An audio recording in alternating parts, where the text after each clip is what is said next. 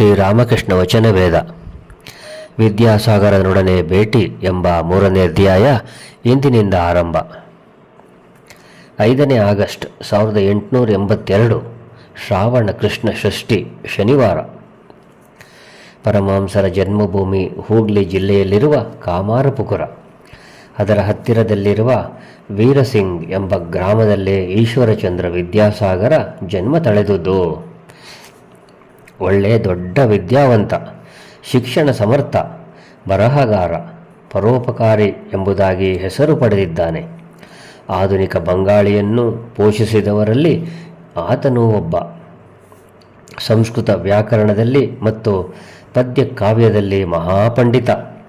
ಆತನ ಔದಾರ್ಯ ಆತನ ಹೆಸರನ್ನು ಮನೆಮಾತಾಗಿ ಮಾಡಿಬಿಟ್ಟಿದೆ. ಆತನ ಆದಾಯದ ಬಹುಭಾಗ ವಿಧವೆಯರ, ಅನಾಥರ, ದಿಕ್ಕಿಲ್ಲದವರ, ದರಿದ್ರರ, ಇನ್ನು ಬೇರೆ ಬೇರೆ ಕಷ್ಟದಲ್ಲಿರುವವರ ಕಣ್ಣೀರು ಒರೆಸಲು ಹೋಗುತ್ತದೆ.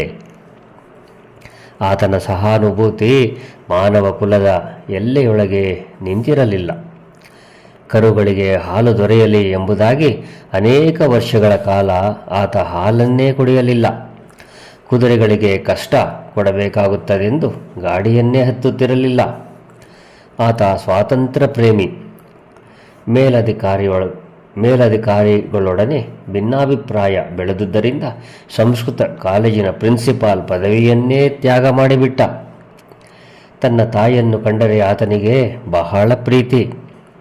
ತಾನು ತನ್ನ ತಮ್ಮನ ವಿವಾಹ ಸಮಯದಲ್ಲಿ ಹಾಜರಿರುವೆನೆಂಬುದಾಗಿ ಆತ ಆಕೆಗೆ ವಾಗ್ದಾನ ಮಾಡಿದ್ದುದರಿಂದ ಯಾವ ಪ್ರಾಣಾಪಾಯಕ್ಕೂ ಹೆದರದೆ ದೋಣಿ ಸಿಕ್ಕದೆ ಹೋದುದರಿಂದ ಹುಚ್ಚು ಪ್ರವಾಹ ಬಂದಿದ್ದ ದಾಮೋದರ ನದಿಯನ್ನು ಈಜಿ ದಾಟಿ ತನ್ನ ಮಾತನ್ನು ಉಳಿಸಿಕೊಂಡ.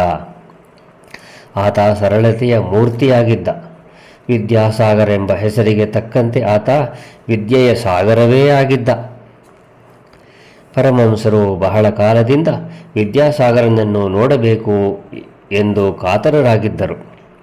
ವಿದ್ಯಾಸಾಗರನ ಶಾಲೆಯಲ್ಲಿ ಮಾಸ್ಟರ್ ಅಧ್ಯಾಪಕನಾಗಿದ್ದುದನ್ನು ತಿಳಿದು ಅವರು ಆತನನ್ನು ಕೇಳಿದರು, ನನ್ನನ್ನು ವಿದ್ಯಾಸಾಗರನ ಹತ್ತಿರಕ್ಕೆ ಕರೆದುಕೊಂಡು ಹೋಗುತ್ತೀಯಾ?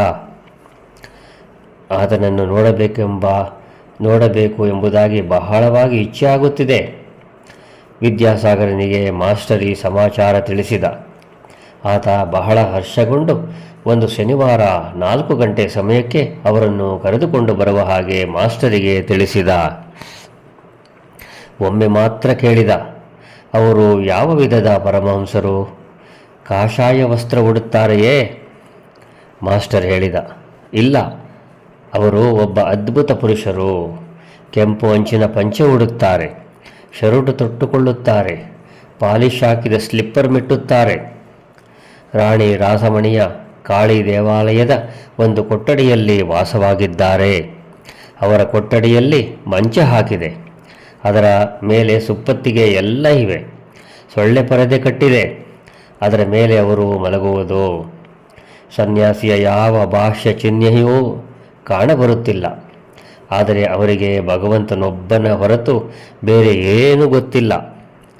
ಅಹರ್ನಿಶಿ ಭಗವಂತನ ಚಿಂತನೆಯಲ್ಲೇ ಕಾಲ ಕಳೆಯುತ್ತಾರೆ. ಜೈ ರಾಮಕೃಷ್ಣ.